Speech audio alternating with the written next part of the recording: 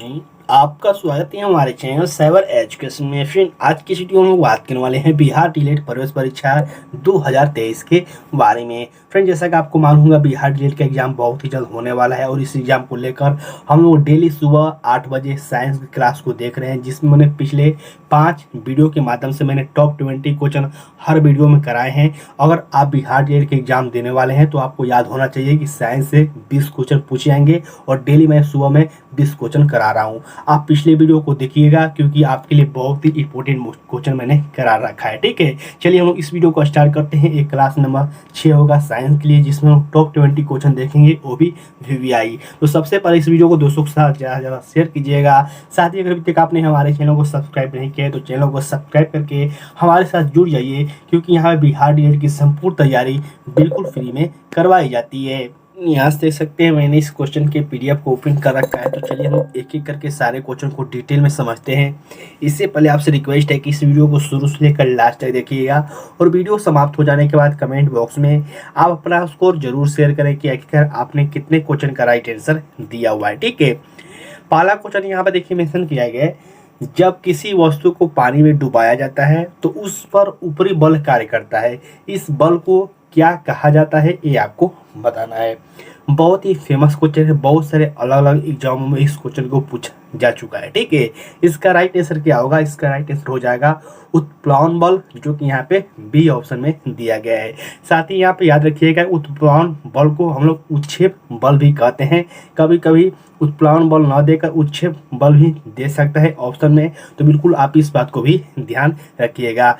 गुरुत्वाकर्षण बल, घर्षण बल के बारे में आपको इन्फॉर्मेशन होना चाहिए, जानकारी होना चाहिए, जो कि आप सभी कैडेट को मालूम होना चाहिए। ठीक है, नेक्स्ट क्वेश्चन यहाँ पे देखिए मेंशन किया गया, सेल्सियस एवं फारेनहाइट स्केलों पर किस तापमान पर एक समान पठन दर्शाएंगे, यानी कि दोनों का मान एक ही कौन से बिंदु पर समान होगा, ये आपको बताना है। देखिए, ये जो क्वेश्चन है बहुत सारे अलग अलग एग्जामों में इस क्वेश्चन को पूछा जा चुका है, लेकिन ये क्वेश्चन बहुत ही इजी है। अगर आपने किसी भी एग्जाम को लेकर प्रीवियस ईयर क्वेश्चन देखा होगा तो आपको ये क्वेश्चन जरूर देखने को मिला होगा। ठीक है, इसका राइट आंसर क्या होगा? इसका राइट आंसर हो जाएगा -40 डिग्री सेल्सियस, जो कि यहाँ पे सी ऑप्शन में दिया गया है। ठीक है, इस क्वेश्चन को बहुत सारे अलग अलग एग्जामों में रिपीट किया गया है।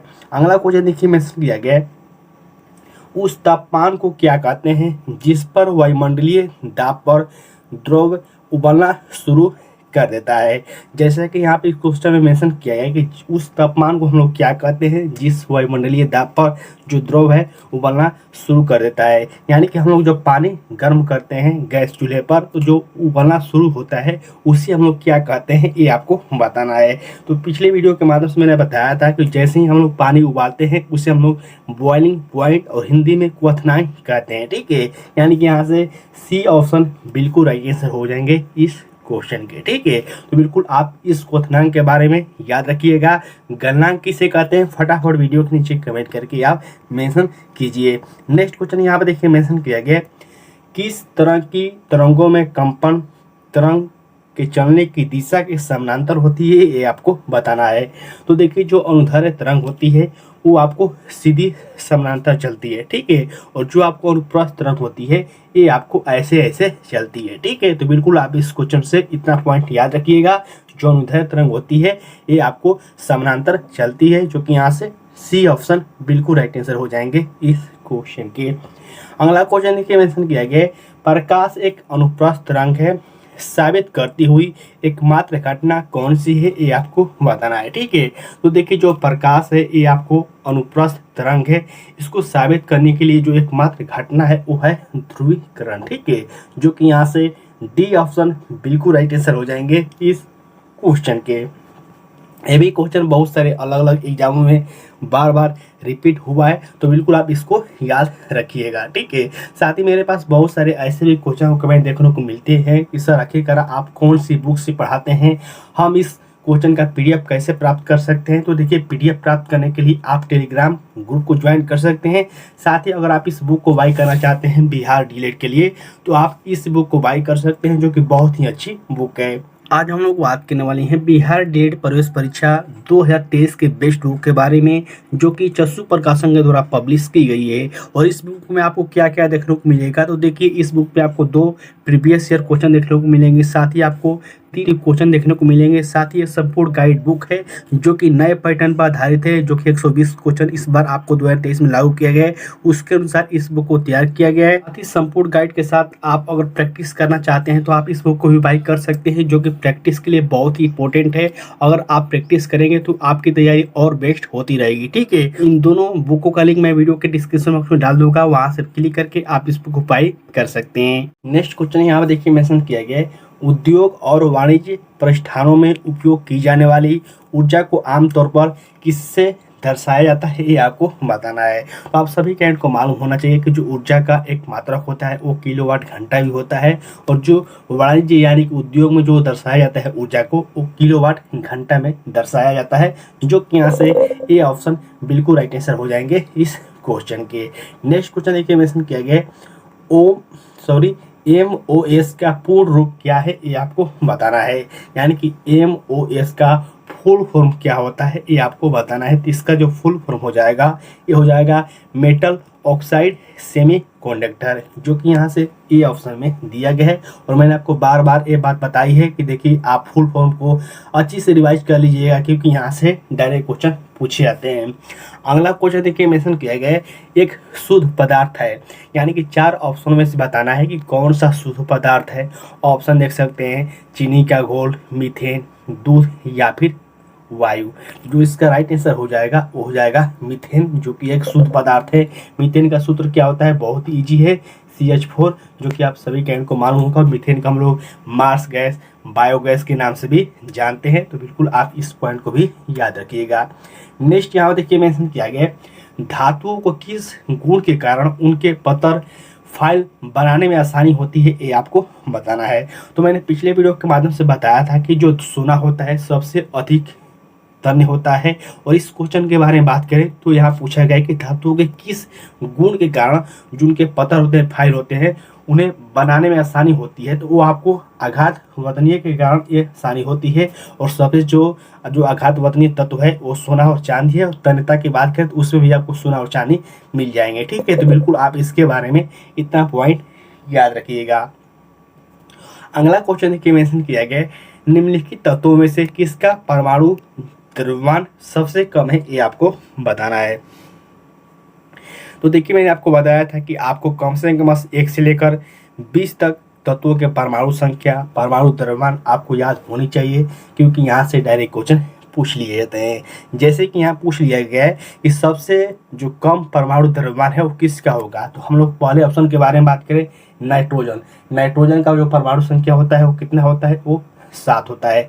इसका परमाणु भार कितना होता है, इसका परमाणु भार आपको 14 होता है। ठीक है, वही हम लोग बात करें लिथियम का, तो लिथियम का जो परमाणु संख्या होता है वो कितना होता है, तो लिथियम का परमाणु संख्या होता है आपको 3, जो कि यहाँ पे आपको देखने को मिल जाएगा। ठीक है, साथ ही इसका जो परमाणु भार होता है वो कितना होता है, ये होता है 6। हाइड्रोजन की बात करें तो देखिए हाइड्रोजन का परमाणु संख्या भी एक होता है और इसका परमाणु भार भी 1 होता है। हीलियम के बारे में बात करें तो हीलियम का परमाणु संख्या 2 होता है और इसका जो परमाणु भार होता है वो 4 होता है। तो यही आपको बताना था कि किसका परमाणु द्रव्यमान है वो कम है, तो इसका जो राइट आंसर हो जाएगा हाइड्रोजन, क्योंकि हाइड्रोजन का परमाणु द्रव्यमान जो होता है 1 होता है और सबसे कम जो है उसी को बताना था। तो मेरा आपसे रिक्वेस्ट है कि आप 20 तक जरूर इसको याद कर लीजिएगा। ठीक है, नेक्स्ट क्वेश्चन देखिए मेंशन किया गया है, रेडियो सक्रियता का आविष्कार किसने किया था, ये आपको बताना है। तो रेडियो सक्रियता का जो आविष्कार किया गया था ये आपको हेनरी बेकलर के द्वारा किया गया था, जो कि यहाँ से सी ऑप्शन बिल्कुल राइट आंसर हो जाएंगे। नेक्स्ट यहाँ में देखिए मेंशन किया गया है, रेडियम किस खनिज से प्राप्त किया जाता है, ये आपको बताना है। तो जो रेडियम है ये आपको पिच ब्लेंड से प्राप्त किया जाता है, जो कि यहाँ से डी ऑप्शन बिल्कुल राइट आंसर हो जाएंगे। साथ ही आपको ये भी याद होना चाहिए कि रेडियम की खोज किसके द्वारा किया गया था, तो ये मैडम क्यूरी के द्वारा रेडियम की खोज की गई थी, जिनको आपको याद होना चाहिए। ठीक है, नेक्स्ट यहाँ देखिए मेंशन किया गया है, परमाणु के भीतर न्यूट्रॉन द्वारा प्रोटॉन पर आरोपित बल क्या कहलाता है, ये आपको बताना है। ठीक है, बहुत ही इंपॉर्टेंट क्वेश्चन है, ये भी क्वेश्चन बहुत सारे अलग अलग एग्जामों में पूछा जा चुका है। परमाणु के भीतर न्यूट्रॉन द्वारा प्रोटॉन पर आरोपित जो बल है इस क्या कहलाता है, तो इसे हम लोग नाभिकीय बल कहते हैं, जो कि यहाँ से ए ऑप्शन बिल्कुल राइट आंसर हो जाएंगे इस क्वेश्चन के।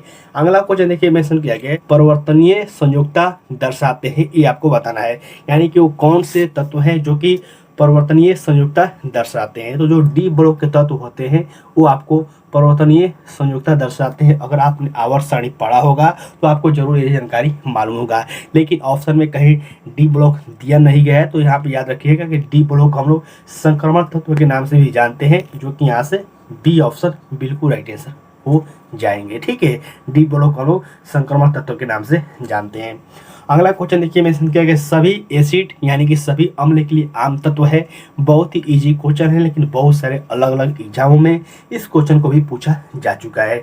सभी जो अम्ल हैं उनके लिए जो आम तत्व है वो है हाइड्रोजन, क्योंकि कोई भी अम्ल होगा उसमें हाइड्रोजन रहेगा ही रहेगा, क्योंकि यहाँ पे अम्ल जो होता है वो क्या होता है, आप सभी कैंट को मालूम है कि जो अम्ल है ये हाइड्रोजन से मिलकर ही बना होता है। ठीक है, चलिए हम लोग अगले क्वेश्चन की ओर बढ़ते हैं।